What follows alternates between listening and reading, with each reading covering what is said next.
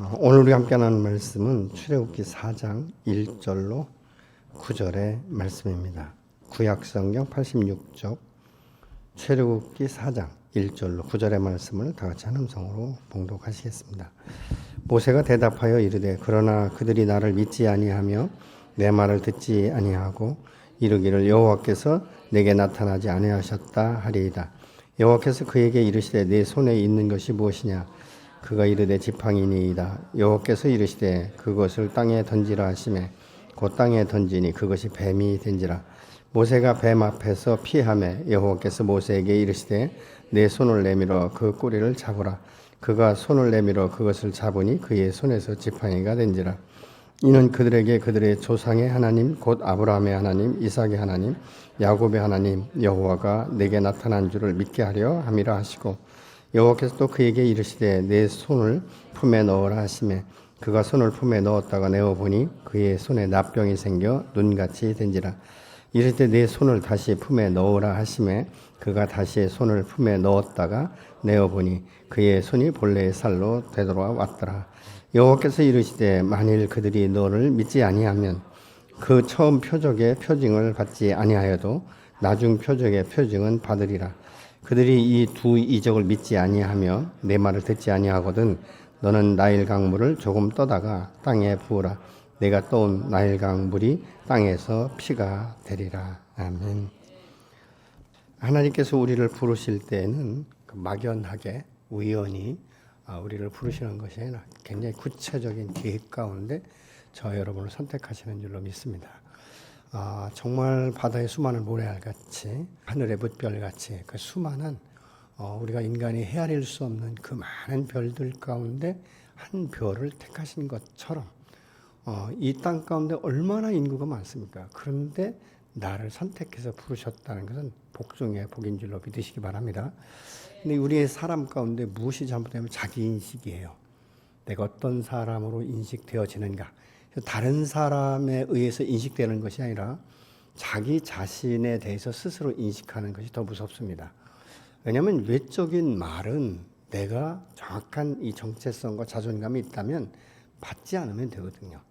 근데 자기 내면에서 일어나는 이 메시지는 누가 뭐라고 하지 않아도 스스로 위축되는 것이죠. 나는 이런 사람이야. 그렇기 때문에 나는 안 될 거야 라는 이런 사고방식을 갖는 것을 우리가 봅니다. 왜 이 모세가 이 80세에 하나님 앞에 부름을 받았는데도 자꾸 자기는 아니라고 말할까? 지난번에 제가 말씀드렸지만 모세는 수없는 상처가 있는 거예요. 말로 표현할 수 없는. 그래서 자기가 보다 보니까 왕자도 아니고 그렇다고 해서 히브리인 중에 히브리인도 아닌 것 같고 이것도 저것도 아닌 것 같은. 그래서 어떻게 보면 자기 인생의 실패자다 이렇게 봤을 수도 있습니다. 마을이 그렇지 왕궁에서 자라던 사람이 갑자기 이 광야로 내쫓겨서 그 광야의 삶을 산다는 것은 굉장한 그 사람의 마음을 외롭게 하는 것이죠. 여러분 홀로 있는 것이 굉장히 좋을 것 같지만요. 그 황량한 그 벌판 가운데 자기 혼자 서 있다고 생각해 보세요. 그 얼마나 외롭겠습니까? 그러니까 사람이 우리가 외롭다, 뭐 고통스럽다 이것은요. 이 사람이 있고 없고를 떠나서요. 가장 힘든 게 뭔지 아십니까? 많은 그 군중 가운데서 나는 혼자라는 이 생각은 누구도 뭐로 격려하고 위로할 수가 없는 거예요. 주변에 사람은 굉장히 많은데 자기 자신이 생각할 때 나는 혼자라고 생각하는 거예요. 아무도 나를 이해하지 않고 나를 용납하지 않고 나를 세워주지 않는. 그러니까 이런 그 생각이 들기 시작하면 이게 외로운 거예요. 굉장히 고통스럽습니다. 그래서 제가 많은 이 치유 사역을 하고 하다 보면 이 공황장애나 어떻게 보면 이 굉장히 그 사람이 이제 위축되거나 이런 사람들을 보면 굉장히 소심해지고 말이죠.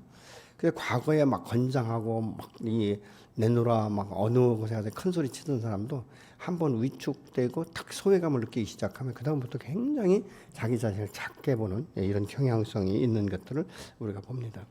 사실 모세를 하나님께서 부르실 땐 모세의 형편과 처지를 전혀 모르셨을까요? 그 내면을 모르셨을까요? 여러분 우리는 우리 자신을 잘 모를 수 있습니다만은 여호와는 나를 모태에 조성하기 전부터 나를 기억하시고 계획하신 거예요. 그러니까 우리의 머리털까지 세심바 되었다. 이렇게 말씀하고 있지 않습니까? 얼마나 세심합니까? 여러분 눈에 넣어도 정말 아프지 않을 자식의 머리털 개수 세는 분 계십니까? 아무도 없을 거예요. 근데 여호와께서는 그렇게 정확하게 계획하고 있다는 것이죠. 근데 이 수많은 사람 가운데 왜 하필이면 모세를 여호와께서 선택하셨을까? 이건 뭐 하나님의 마음이죠. 그렇지만 우리가 볼 때는 여러분이 우리가 하나님의 사람이 된다는 것은 너무 잘 나가는 것도 아니고 어떻게 보면 산전수전 공중전 다 겪은 사람. 그래서 이 삶 가운데 얼마나 삶이 힘들고 정말 이 고독하고 외롭고 그래서 이 영적 전쟁터에서 이길 수 있는 사람은 무엇입니까? 훈련되어진 사람이에요. 그렇기 때문에 이 고난은 우리가 갈등을 우리에게 주기는 하지만요. 이 고난과 역경이 나의 인생 전체는 아니라는 거예요. 왜냐하면 하나님은 반드시 나를 건지시기 때문에. 여러분 죄의 악으로 인해서 영원히 죽었던 나를 건지신 하나님께서 내 현재 삶의 이 환경과 역경과 고난과 어떤 질병 때문에 내 인생 망가지게 하시겠습니까? 전 그렇게 생각하지 않습니다. 또 막상 하나님께서 내 인생을 이제 끝장내신다고 하면 천국에 가는 거예요. 우리가 그렇게 소망하는 천국에 갈 수 있지 않습니까? 어떤 분들은 그럴 수 있어요. 목사님 먹을 만큼 먹었으니까 그렇죠. 이렇게 이야기할 수도 있을 겁니다. 먹을 만큼 먹었죠. 저희 집에서는 장수하는 편입니다.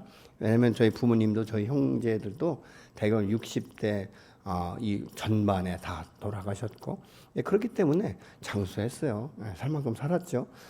그러니까 그렇다고 할지 모르지만 아니더라고요. 보니까 사람이 말이죠. 말로는 내가 삶을 얼마나 사냐 이렇게 말하고 있지만요. 실제로 그러면 죽으면 되잖아요. 그러면 굉장히 승질냅니다. 그 말은 무슨 말이에요? 속과 겉이 다르다는 거예요. 나 오래 살고 싶다 이런 얘기 하잖아요. 오늘 아까 오후에 우리 딸이 전화가 왔어요. 아빠 많이 살았네 이렇게 얘기를 하더라고요. 자기 얘기를 해요. 그래서 너는 지금 내 나이에 배 이상을 살아야 돼 이렇게 했더니 징그럽다고 이렇게 얘기하는 거예요. 근데 사실 징그러운 게 아니라 누가 살고 싶어서 이만큼 삽니까? 살다 보니까 여기까지 오는 거예요. 그런데 우리가 얼만큼 사느냐가 중요한 게 아니라 내가 무엇을 위해서 사는가, 내가 무엇을 바라고 따라왔는가가 매우 중요한 거예요. 여러분 이 세상 가운데 100세를 산다고 해서 그 장수한다고 능사는 아니지 않습니까?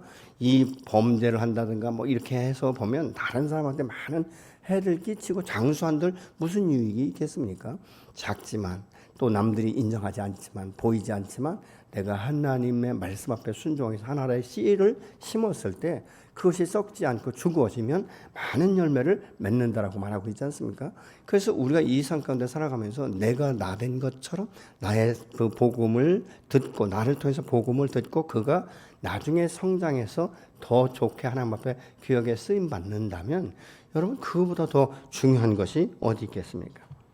우리가 불신자에게 복음을 전할 때도요 보면 이런 사람이 어렵더라고요. 제가 전도를 해보니까 다른 사람들이 이야기할 때 저 사람은 법 없이도 살 수 있는 사람이다라고 말하는 사람들이 착한 사람 컴플렉스에 걸려가지고 내가 보니까 예수쟁이보다 내가 굉장히 선하고 예수쟁이들보다 훨씬 많은 사람들에게 베풀고 그랬기 때문에 나는 천국에 갈 수 있을 것이다 이런 사람이에요. 근데 이보다 더 무서운 사람이 뭔지 아십니까?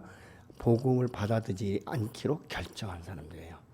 우리가 어떻게 보면 이 세상에 그런 사람이 어디 있겠는가 이렇게 말할 수도 있습니다만은 이 말씀은 내 말이 아니라 예수님께서 그렇게 말씀하셨어요.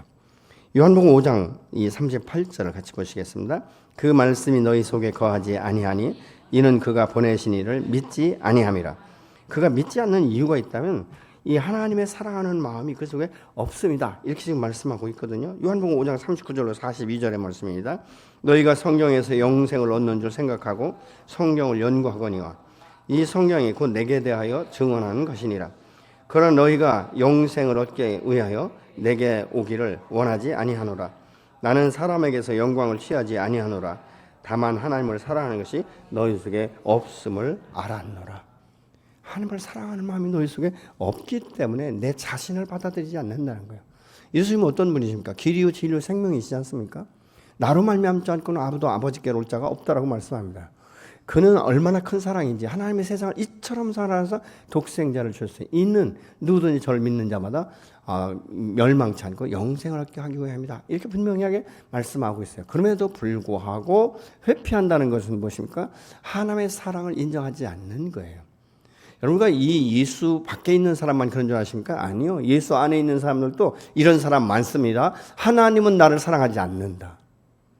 여러분 신앙생활 하시면서 혹시 그런 생각 해보지 않으셨습니까? 언제입니까?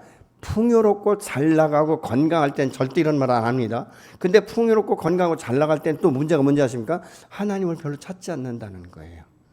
왜냐하면 사람이 건강할 때 여러분 건강 위해서 기도하십니까? 하나님 내게 건강 주셔서 감사하고 정말 감사합니다. 이렇게 하시는 분 거의 없습니다. 병들고 나야 치유해달라고 하고 치유해 주시면 감사하다고 하는데 이 감사도 평생 가지 못하는 것을 저는 수도 없이 많이 봤어요. 어떤 분은 암에 걸렸어요. 하나님 내가 이번 한 번만 내 암을 치료하시고 살려주시면 내 평생 당신을 위해서 뭐든지 하겠습니다. 교회 가서 뭐 화장실 청소니 뭐든지 당신이 말씀하시는 다 하겠습니다. 이렇게 약속했던 사람도요. 암 100% 치료받고 건강해지니까 안 하시더라고요. 왜냐하면 너무 세상 일이 바쁘다는 거예요. 목사님 내가 먹고 살기 너무 바쁘고. 근데 여러분 암병에 걸리면 죽을 지경에 이르면 아무리 바쁘도 꼼짝 못 하더라고요. 그렇지 않습니까? 이게 뭔지 아십니까? 하나님의 사랑을 제대로 본인이 경험하지 못했기 때문에 이런 현상이 일어나는 거예요. 여러분 하나님의 사랑은요. 독생자를 주실 만큼 우리를 사랑하셨어요. 아멘이십니까?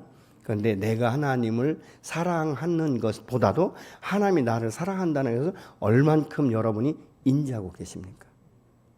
이것은 지식이 아니라 여러분의 삶 가운데 여러분 마음 중심에 하나님이 나를 사랑하심. 혹시 성경에 써있네 이 말로 끝나지 않습니까?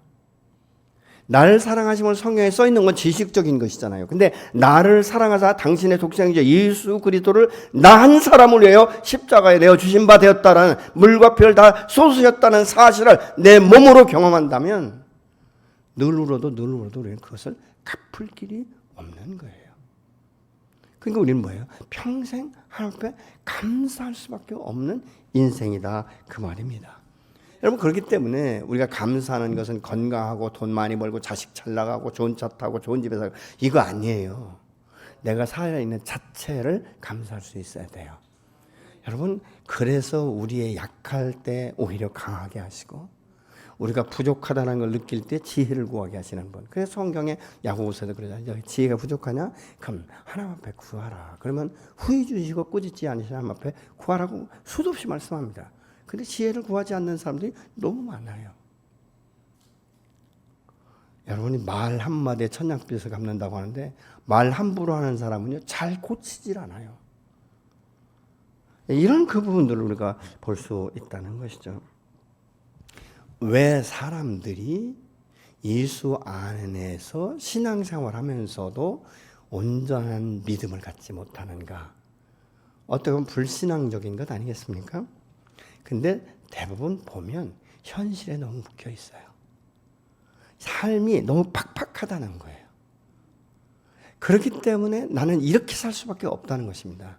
근데 저는 그렇게 생각합니다. 좀 한 발짝 물러서서 객관적인 나의 삶을 바라보자는 것이죠. 나의 우선순위의 중심이 어디로부터 시작되는가? 이건 굉장히 중요한 것입니다. 내 삶의 중심이 하나님 중심인가? 아니면 나의 탐욕과 나의 정욕과 이생의 자랑이 우선순위인가? 이것을 보면 알 수 있죠. 어쩌면 우리가 기도를 이렇게 하는 것이 좋지 않겠습니까? 하나님 이만큼 채워주세요. 언제까지 채워주세요? 이거보다는 하나님 내가 부족하지만 내가 당신 앞에 무엇을 하기를 원하십니까? 굉장히 다른 기도의 내용일 것입니다. 어쩌면 이렇게 질문하시는 분도 있을지 모른다. 목사님 같으면 그렇게 하십니까? 예, 얼마든지 그렇게 질문하실 수 있죠. 근데 왜 제가 이 말을 하냐면요. 하나님 앞에 먼저 그의 나라와 의를 구하라고 주님은 분명히 말씀합니다. 그래서 우리가 주님 앞에 나가 기도하는 것이에요. 내가 병들었습니까? 병든 상태에서 하나님 내가 당신 앞에 무엇을 하리까? 하나님 어떻게 생각하시겠습니까? 얘를 쓰려면 병부터 치료해야 되지 않겠습니까? 4번 고쳐달라고 막 울부짖는 것보다 하나님 내 이 상태에서 당신 앞에 무엇을 드려야 됩니까? 어떻게 하기를 원하십니까? 이것을 할 때 하나님께서 쓰기 위해서도 고치시지 않겠습니까? 저는 그렇게 생각해요. 저희 큰 처형이 대장암 말기라 시술도 안 된 상태인데 저희 아내가 얼마나 용감한지요. 저는 목회를 하면서 암의 그 고통이 얼마나 고통스러운 건지를 신방 다니면서 제가 알았거든요. 근데 우리 아내는 아무 생각 없이 큰 처형을 그냥 한국으로 모시고 왔어요. 왜냐면 혼자 거기에서 외롭게 이게 치유하기 어렵다고. 그래서 제가 그랬거든요. 당신이 모시고 온 건 좋은데 이 암의 통증이 한번 일어나기 시작하면 대책이 없다. 그리고 뉴질랜드의 국적을 가졌기 때문에 의료보험도 안 되는 거예요. 어떻게 보면 굉장히 우매한 짓이잖아요. 근데 그 언니를 너무나 사랑하니까 그렇게 한 거예요. 근데 어떤 기적이 일어났는지 아십니까? 임종 때까지 한 번도 제가 볼 때는 진통제를 먹지 않았습니다. 네, 우리 그 처형도 끊임없이 기도하고 또 제가 통증이고 아프다고 할 때마다 가서 안수하면 그 부분이 완전하게 사라지고 아마 임종 열흘인가 일주일인가 남겨놓고 그때 이제 반 혼수가 와서 병원에 입원하셔서 하나님 앞에 가셨는데요. 네, 가시는 데까지도 당신이 얼마나 정갈하게 하나님 앞에 날마다 기도하고 예배드리는 그 모습이 지금도 눈에 선해요. 이 처형은 제가 평생 잊지 못하는 것이 제가 금식하고 보식하다 3일 만에 딱 창자가 뒤에 붙었는데 하나님 앞에 기도할 때 이렇게 기도하셨어요. 하나님 강 목사님 살리실 때까지 제가 밥을 먹지 않겠습니다. 그러면서 그 본인도 금식하면서 기도하실 때 이게 사랑 아닌가 이런 생각을 하거든요. 여러분 하나님이 여러분을 위해서 독생자를 주신 것만큼 더 큰 것은 없지 않습니까? 이 세상에 누가 나를 위해서 자기 자신을 그렇게 희생할 수 있겠습니까? 그렇게 헌신할 수 있겠습니까? 어떤 분이 그랬잖아요. 이 장병에 효자 없다 이런 말도 있지 않습니까? 아무리 인간이 노력을 하고 사랑을 한다 할지라도 계속 그 고통 가운데 있는 그 모습을 보면서 내가 사랑한다 이 말 끝까지 지키기가 참 쉽지 않습니다. 그럼 하나님은 어떻습니까? 당신의 말씀대로 독생자를 보내서 십자가에서 내 죄를 대속하게 하시고 죽게 하시고 그리고 하나님께서 이 땅 가운데 예수님을 보냈을 때 예수님은 공생의 기간 12제자를 양육하셨고 하나는 실패하셨지만 이 12제자가 사실 세상에서 내노라 하는 제자들도 아니었어요. 근데 주님께서 그들을 보좌 훈련시키시고 완성작품이라고 말할 수 없는 그들을 놓고 가시잖아요. 어떻게 보면 미완성 작품이란 말이죠. 근데 그들이 사도행전 2장에서 예수님의 그 말씀대로 예루살렘을 떠나지 않냐고 성령의 임재가 있을 때까지 기도할 때 하늘이 열리고 불의 혀같이 성령의 강력한 임재가 임하면서부터 이 제자들의 인생이 바뀌는 것을 우리가 봅니다. 그렇게 죽음 앞에 두려워서 예수를 부인하고 저주하고 맹세했던 베드로가 여러분 어떻습니까? 얼마나 열정적으로 복음을 전하는지 하루에 3,000명씩 5,000명씩 회개하는 역사가 있지 않습니까? 예수님이 죽으시고 부활하시고 승천하시는 성령의 임재가 무슨 베드로를 막 세상적으로 학문적으로 지식적으로 빠삭하게 깨닫게 하셨습니까? 아니에요. 성령의 능력이에요. 여러분 우리가 하나님 앞에 이 복음을 증거하고 하는 것은요 지식이 아니에요. 능력이에요. 어떤 능력입니까? 말의 능력이에요. 권세예요. 그건 주께서 주신 것 아니겠습니까? 지금 모세를 부르시는 하나님은 모세가 막 잘 나가고 뭐 왕궁에 있을 때가 아니에요. 큰 소리 칠 때가 아닙니다. 그의 인생이 다 모든 것이 헛되도다라는 이 고백 가운데 야, 내 인생 별거 아니구나. 이렇게 허망하구나. 야, 이렇게 살다 죽는 것이 인생인가?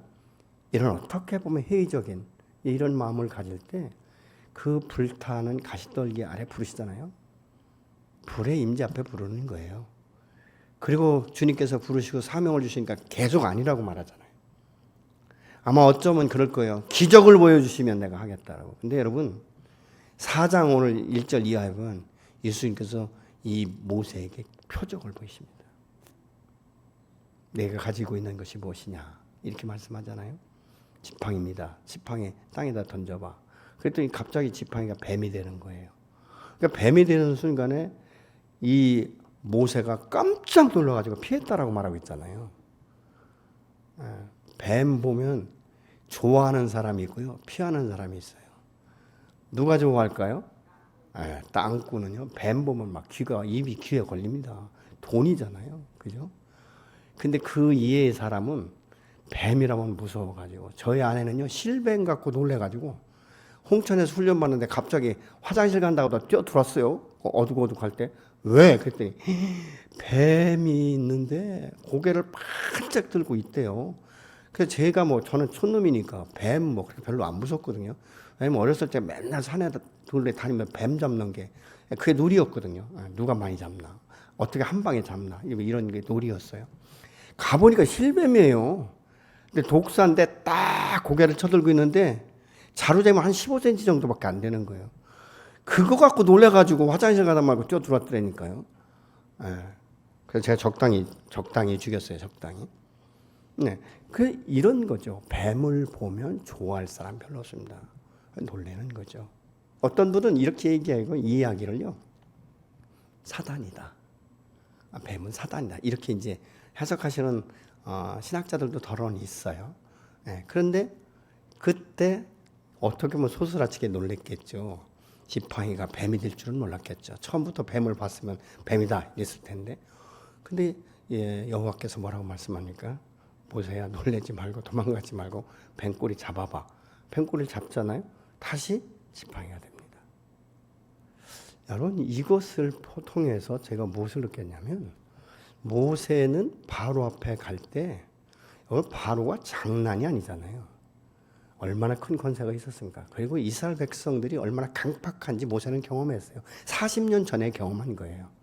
왜냐면 그 왕궁에서 클 때 이제 좀 근력이 생기고 좀 뭔가 좀 해볼 것 같으니까 자기 동족을 살리기 위해서 쳐 죽여버렸잖아요. 근데 다음날 누가 너를 판단자로 세웠냐 이렇게 말한 것을 보면, 야, 이게 히브리 백성을 내가 도와주어도 이게 좋은 소리 못 듣는구나. 그러면 나는 뭐냐? 이게 그거예요. 그런데 이 모세가 하고 싶은 말은 거죠. 하나님 아셨잖아요. 보셨잖아요. 내가 히브리인을 위해서 한 번 힘 썼다가 내가 지금 이 신세가 됐잖아요. 이럴 줄 알았으면 내가 왜 죽였겠어요? 아마 이렇게 어떻게 보면 그런 이 투덜대는 말로 할 수도 있잖아요. 이게 모세는 안 된다는 거예요. 이스라엘 백성들이 얼마나 강팍한지를 알았고, 바로 왕이 애굽에서 얼마나 큰 권력을 가지고 있기 때문에 강팍한지를 아는 거예요. 그래서 못 간다라고 말할 때 여호께서 이제 지팡이를 통해서 하나의 표적을 보여주시지 않습니까? 그러면서 이제 이야기하는 것이죠. 모세야, 나는 너의 조상 아브라함의 하나님, 이삭의 하나님, 야곱의 하나님인데 너의 하나님이 될 거야. 그리고 내가 너를 이곳에 보내는 것은 너를 죽이기 위함이 아니라 이스라엘 백성들을 살리기 위함이라고 말씀하는 거예요. 근데 모세가 그 정도 되면 아멘! 아마 여러분 같으면 그랬을 거예요. 근데 모세가 또 뭐라고 말하죠? 아닌 거예요. 그 속에서는요. 여전히 아닌 거예요. 사람이 말이죠, 스스로 낙심하고 자기가 실패자라고 생각하는 사람은요, 그리스도 안에서도 세워지기까지 얼마나 많은 이 세월이 흘러가는지 모릅니다. 그 마음가운데 독이 있어요. 하나님에 대한 독도 있지만 원망도 있고요. 다른 사람들에 대해서는 더 말로 표현할 수 없습니다. 하나님 앞에 상처가 큰 사람들은요, 사람에게 상처가 굉장히 큽니다. 그래서 이 모세에게 또 뭐라고 말씀하십니까? 모세가 원치는 않았지만, 야, 네 손 한번 네 품 안에 한번 넣어봐. 딱 넣었단 말이에요. 넣었는데 딱 꺼내보니까 갑자기 문둥이 황제가 된 거예요. 손이 하얗게 돼가지고 얼마나 놀랐을까. 아마 여러분 같이 믿음 있는 분은 그럴 거예요. 하나님이 이걸 통해서 나를 어떤 걸 더 놀랍게 보여주실까, 이런 기대감을 가지실지 몰랐는데 저 같으면 자빠졌을 것 같아요. 너무 놀래가지고 이게 웬일인가. 나는 문둥병이라는 하나도 그 근거가 없는데, 아니 어떻게 내 품에 손 한번 넣었다 뺐는데 이게 됐는가. 그런데 여호께서 뭐라고 말씀해줘요? 야, 다시 한번 넣었다 빼봐. 다시 한번 넣었다 빼니까 완전하게 치료된 거예요. 이게 두 번째 표적 아니겠습니까? 그런데도 모세는 원치 않아요.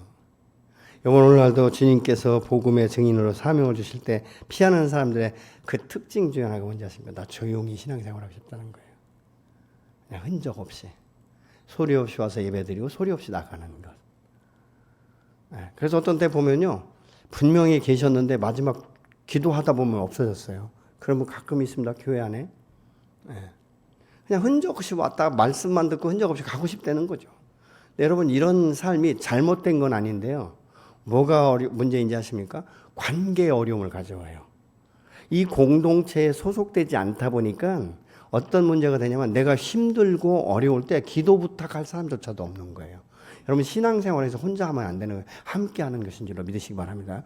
그래서 믿음의 공동체가 필요한 것이고 믿음의 공동체를 통해서 연합해서 합력해서 서로 이런 일들이 공동체 안에 있어야 되는 줄로 믿으시기 바랍니다.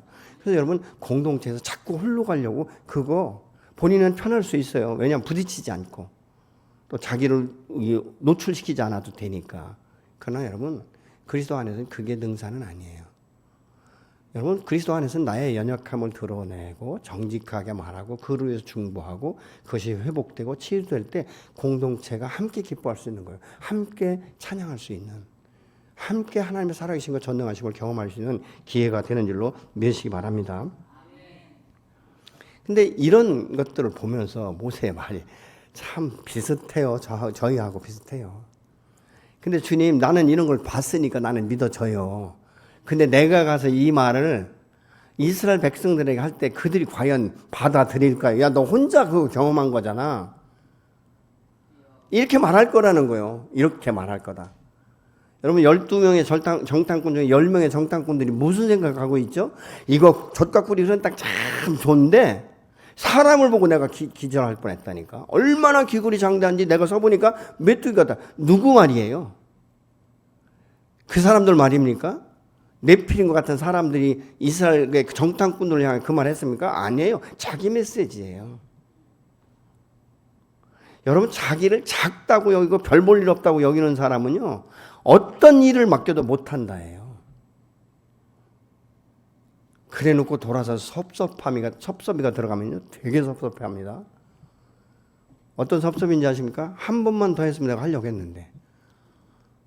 이게 참 어려운 얘기예요. 그 한 번이 몇 번이지. 10번, 20번을 얘기했는데 안 했어요. 근데 한 번만 더 했으면 할 뻔 했다는 거예요. 이 말이 아니잖아요. 그게 우리예요. 내가 나를 어떻게 인식하는가. 또 어떤 분들은 너무 겸손해요. 나는 믿음이 아직 없대요. 근데 그 믿음은 제가 보니까요. 임종할 때도 믿음이 없다고 하더라고. 우리 교회가 아니고 먼저 있던 교회에서. 이런 것들을 보거든요. 모세는 나름대로 80년간 훈련 받았습니다. 웬만하면 요즘에 우리 이 수명의 연수가 80이잖아요. 80년간 훈련 받은 사람이에요. 어떻게 보면 인생 허비했죠. 80년 동안 허비한 거예요. 분명한 목적도 없고 성취한 것도 없어요. 단 하나 모세에게 그래도 할 수 있는 얘기가 뭐냐면 지금까지 살아줘서 고맙다는 거. 이해가 되십니까? 네가 그런 상황에도 지금까지 죽지 않고 살아서 감사하다, 고맙다. 그러나 하나님은 그 모세가 그렇게 갈등하고 방황하는 그 순간에도 한 번도 모세를 외면한 적이 없으시다는 사실을 기억하시기 바랍니다. 그래서 하나님께서 어떤 때마다 보이지 않게 모세가 느끼든 느끼지 못하든 그 섭리 안에, 하나님의 섭리 안에 모세를 두시고 붙잡아 주신 줄로 믿으시기 바랍니다. 때가 되매 모세가 그렇게 부족하다고 말을 해도 여호와께서는 계속적으로 지금 찾아서 말씀하시는 것이죠. 이 하나님은요 항상 우리에게 기적을 베푸실 때 공중에서 갑자기 뚝 떨어지는 이런 기적은 거의 없습니다. 대부분 뭐냐? 내가 가지고 있는 것 중에서 사용하셔서 기적을 일으키세요. 모세에게 말하죠. 내가 가지고 있는 게 뭐냐? 지팡이입니다. 지팡이를 통해서 역사하시잖아요. 근데 여러분 우리가 또 신약 성경에 보면 오병이어의 기적을 일으킬 때 예수님께서는 능력이면 그냥 하늘에 우러러 축사하시고 떡을 대주실 수도 있지 않겠습니까? 아니 뭐 돌을 떡덩이로 못 만드셔서 안 만드셨습니까? 아니에요. 그럼에도 불구하고 뭐죠?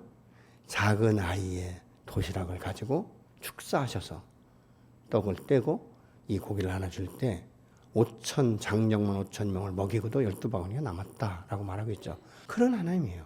하나님은 오늘날 저와 여러분을 쓰실 때도 막연한 것 같으면 아니요.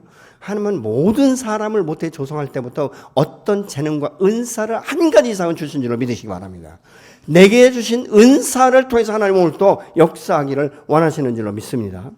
그렇기 때문에 어떤 것이든지 내게 있는 것들을 통해서 하나님이 역사하신다는 사실을 기억하시기 바랍니다. 그러면서 여호와께서 지금 모세에게 가르치시는 것은 무엇입니까? 지난주에 제가 설교했던 것처럼 내가 함께 하겠다라는 것이죠. 하나님이 함께 하시는 것을 지금 표적과 이런 것들을 통해서 계속적으로 주지시켜 주는 거예요. 내가 이 사명을 줄 때 너 홀로 가라고 절대 하지 않는다. 내가 바로의 강팍함이 얼마나 있는지, 그리고 이스라엘 백성들이 이 애굽에서 한 400여 년간 종살이 하면서 나를 예배하는 자로부터 계속적으로 멀어지기 시작했다는 거예요. 이스라엘 백성들이 애굽에서 노예 생활하면서 하나님을 예배하지 않았다는 사실을 우리가 알 수 있는 것이죠. 그러니까 하나님과의 관계가 너무 멀어지다 보니까 어때요? 세상에서 상처받고 하나님의 위로를 받지 못하고 하나님의 사랑이 무엇인지를 경험하지 못하면 그 마음밭은 아주 강박한 거예요. 돌짝밭이 되어지는 거예요. 그러니까 누구 말도 믿고 싶지 않은 거예요. 모세가 그렇게 말해도 믿고 싶지 않다는 것이죠. 그걸 모세가 먼저 이야기하고 있는 것을 우리가 볼 수 있게 되는 것이죠. 근데 나중에 제가 생각한 것은요, 모세는 어느 곳에 가든지 이 지팡이를 가지고 다녔어요. 그렇죠? 근데 이 지팡이를 보면서 모세가 어떤 생각을 했겠는가? 하나님이 나와 함께 하신다는 걸 계속적으로 확증했을 거예요. 그리고 모세가 그 지팡이를 들고 홍해를 명령하기도 하고 바위를 치기도 하고 반석을 치기도 하고 이러지 않습니까? 이런 것들을 통해서 무슨 지팡이가 기적의 어떤 역사는 아니지만 그것을 통해서 역사하시는 하나님이 나와 함께 하신다는 사실을 모세는 평생 기억했을 것입니다. 여러분, 우리가 이 신앙생활 하면서요, 하나님 앞에 기도를 한다든가 어떤 내 육체 질병이 기적적으로 치유된다든가 이럴 때 보면요, 그 경험이 평생 갑니다.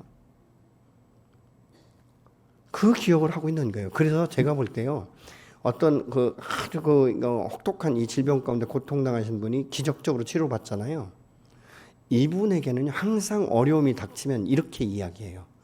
그때도 나를 건지시고 나를 치료하신 하나님께서 지금도 함께 하신다는 사실을 인정합니다.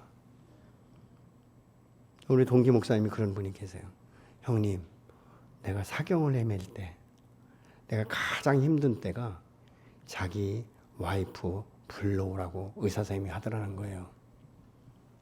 왜냐면 몸이 막 퉁퉁 붓고 숨도 잘 못 쉬고, 그러니까 거기서 뭐라고 말하냐면 간호사들 얘기가 어쩌면 이런 얘기를 했대요. 어쩌면. 그 얘기는 무슨 얘기예요? 어쩌면 갈 수도 있다. 자기 아내를 불러오라고 연락을 하라고 하는데 그게 너무 마음이 아팠다는 거예요. 이제 내가 끝나는구나. 내가 아내에게 어떤 말을 해야 될까? 내 자녀들에게 어떤 말을 해야 될까? 이런 것들을 생각하면서 너무 힘들었다는 거예요. 그래서 그때 하나님 앞에 이렇게 기도했다고 합니다. 하나님, 나는 아무것도 할 것이 없습니다. 그러나 지금까지 하나님의 은혜로 살았습니다. 그러나 하나님, 내가 당신 앞에 선다 할지라도 두려움이 없이 나를 붙들어 주십시오. 그 기도를 했다는 거예요. 근데 사모님이 올라왔을 때 여러분, 사모의 심정이 어떨까요? 말로 표현할 수 없지 않겠습니까? 근데 그 시간이 지나면서 회복이 되셨어요. 그러니까 그분의 이야기는 이겁니다. 나는 죽었어도 그때 죽었어야 되는데 하나님 살리신 것은 나를 통해서 뭔가 그래도 남은 인생 하고자 하는 것이 있지 않겠냐. 그래서 지금은요, 부르면 어느 곳에든지 가세요. 가셔서 자기를 하나님이 어떻게 살리셨는지, 그리고 지금까지 어떻게 보존하고 계신지, 이런 이야기의 간증을 통해서 많은 사람들을 세워가는, 그리고 병들고 힘든 사람에게 큰 위로와 힘이 되는 이런 것들을 경험한다고 합니다. 여러분, 오늘 우리가 하나님 앞에 새로운 경험을 하면 평생 생각을 할 때마다 하나님의 행하심을 기억할 거예요. 그것이 바로 은혜가 아니겠습니까? 여러분, 다윗 같은 경우를 보면요, 사울 앞에서 이 골리앗 앞에 나갈 때 이런 간증을 해요. 여호와 하나님께서 내가 아비의 양을 칠 때에 곰과 사자의 발톱에서 내 양들을 취하게 하셨습니다. 그렇기 때문에 하나님 앞에 함부로 까부는 저거 내가 만군의 사신 여호와의 이름으로 내가 치겠습니다. 이런 이야기를 해요. 사무엘상 17장 34절 이하에 보면. 그래서 골리앗 앞에 나갈 때 뭐라고 말하는 거야? 너는 창과 방패를 들고 내게 오지만 나는 만군의 여호와 사신 여호와의 이름으로 나간다라고 물맷돌 하나로 한 번에 그 아주 머리 이마에 딱 박고 죽이잖아요. 근데 이게 안 들어간답니다. 이마 뼈에 이게 보편적으로 돌 던져가지고요 박혀서 죽는 경우가 희박하답니다. 근데 이 여호와의 이름으로 물맷돌 탁 날리니까 한 방에 가잖아요. 물맷돌 5개 쓰지도 않았어요. 한 방에 가버립니다. 이것이 권능이에요. 여러분, 나는 비록 부족하고 연약한 것 같지만 사신 여호와 전능하신 여호와께서 권능의 팔을 펴사 나와 함께 동행하시면 원수의 목전에 상을 베푸실 뿐만 아니라 원수를 완전하게 제압하는 역사가 일어나게 되는 줄로 믿으시기 바랍니다. 왜냐하면 내 하나님은 살아계시며 천지를 창조하신 여호와이시지 않습니까? 여러분, 우리 하나님은 그냥 일반 어떤 보편적인 사람들의 우상의 신이 아닌 것이에요. 죽은 신이 아닌 것이에요. 오늘 또 우리에게 말씀을 주시는 여호와이시지 않습니까? 그러면서 마지막으로는 뭐냐면요, 이게 저주, 심판과 저주인데요. 그래도 안 들으면 어떻게 하라고요? 나일강에 물을 떠다가 땅에 부으라. 그럼 그 물이 피로 될 것이라는 거예요. 이건 심판을 의미하는 것입니다. 마지막 날 주님이 오시는 그날에 이 세상은 심판할 수밖에 없을 것입니다. 이후에 보면 모세가 결국은 순종하고 나가잖아요. 근데 참 끝이 없어요. 나는 입술이 뻣뻣하다고 바로 10절에 말해요. 나는 입술이 뻣뻣해 말 잘못합니다. 말주변이 없습니다. 여러분, 말주변이 문제가 아니에요. 미국에 있는 그 목사님 한 분은요, 설교를 정말 못했대요. 설교를 얼마나 못했는지. 그래서 이분이 자기가 설교를 못하는 줄 알고요, 원고를 써가지고 강단에서 읽었대요. 설교 원고를 가지고 원고를 읽었대. 근데 그 원고를 읽는 동안에 말의 권세가 얼마나 성령이 강력하게 일어나는지요. 예배당에 모인 회중들이 다 하나님 앞에 회개하면서 눈물을 흘렸다는 거예요.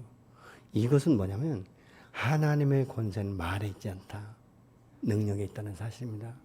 하나님의 역사는 우리의 외모나 우리의 지식 수준이나 우리의 삶의 어떤 수준이나 내 육체의 병이 들고 안 들고 상관없이 여호와의 말씀 앞에 순종하는 자들을 통해서 오늘도 큰 기적과 역사를 일으키게 되는 줄로 믿으시기 바랍니다. 죽은 영혼의 생명의 말씀을 증거할 때 사망의 생명으로 옮겨지는 이런 역사가 일어나게 되는 줄로 믿으시기 바랍니다. 그런데 누구를 통해서요? 사람을 통해서 역사하신다는 거예요. 누구? 나를 통해서. 여러분, 그래서 우리가 복음의 증인은 누구가 아니에요. 무슨 목사나 집사나 권사나 아니에요, 여러분. 예수 믿고 거듭난 모든 사람들에게 주신 사명인 줄로 믿으시기 바랍니다. 근데 그 사명을 감당하기 위해서는 내가 있는 것 중에서, 내가 은사 중에서 어떤 재능을 통해서도 이런 역사가 일어나게 되는 것들을 우리가 볼 수 있게 되는 줄로 믿으시기 바랍니다. 여러분, 우리 그 큰 형수는 말이죠, 뭐 그렇게 막 뛰어나게 뭐 하지 않아요. 근데 얼마나 복음을 전하는지요. 계속 가서 일해주고 품앗이하면서 한마디씩 던져가지고 전도를 해가지고 그 마을에 2 목장을 만드셨어요. 말하는 것도 보면 별로 본데 없어요. 저거 뭐 여기서 한 시골 사람이니까 해시오 이거거든요. 그런데 그런 역사가 일어나는 거예요. 근데 우리 형수가 딱 한마디 하더라고요. 삼촌, 그냥이 어디 있어요, 그냥이. 내가 가서 노력봉사하고 헌신하고 각계 관계하고 신경 쓰니까 되는 것이죠. 이렇게 얘기하시더라고요. 여러분, 오늘 여러분의 육체의 병이 들었든, 여러분의 마음에 상처가 있든, 여러분의 환경이 지금 우겨쌈을 당한 것 같던 고통 중에 있든, 그건 현실이에요. 어쩔 수 없는 거예요. 근데 이 현실 가운데 우리의 눈이 어디 있고, 우리의 마음 중심이 어디 있는가가 매우 중요한 것입니다. 우리의 눈이 여호와를 향하여 있고 우리 마음 중심이 하나님 중심으로 먼저 나아가서 하나님 앞에 나아갈 때 하나님께서는 나를 통해서 새 일을 행하시면서 나의 필요 이상의 모든 것들을 채우시는 역사가 일어나게 되는 줄로 믿으시기 바랍니다. 저는 우리 성도들이 이 경험, 이 삶을 여러분의 삶 가운데, 여러분 인생 가운데, 여러분의 가정 가운데, 사업 가운데 날마다 경험되고 누려지기를 예수로 축원합니다. 아멘. 여러분 육체가 병들었습니까? 지나가는 것이에요. 반드시 지나갑니다. 다른 생각하지 마십시오. 저는 제가 많은 경험을 했어요. 저는 목사가 무기력증에 걸리고 기억상실에 걸리고 사람 만나는 거 싫고 다 기피하고 여러분 이게 목회자가 그런 일이 있으면 목회 끝나는 거예요. 그럼에도 불구하고 하나님께서 치료하시고 회복시키는 이런 경험을 제가 해봤고 그 경험 후에 하나님께서 저에게 은사를 풀어주시기 시작해서 많은 은사들을 통해서 많은 삶을 세우는 기회가 오히려 되어서 오히려 그것이 전화위복의 시간이 되었던 것을 저는 기억합니다. 저는 여러분 안에 이런 역사가 오늘 또 현실이 되고 일어나는 역사가 일어나게 될 줄로 믿으시기 바랍니다. 현실의 열악함은 오히려 나를 나대게 하시고 나를 하나님 앞으로 더 강력하게 이끌어가는 하나의 도구가 되는 줄로 믿으시기 바랍니다.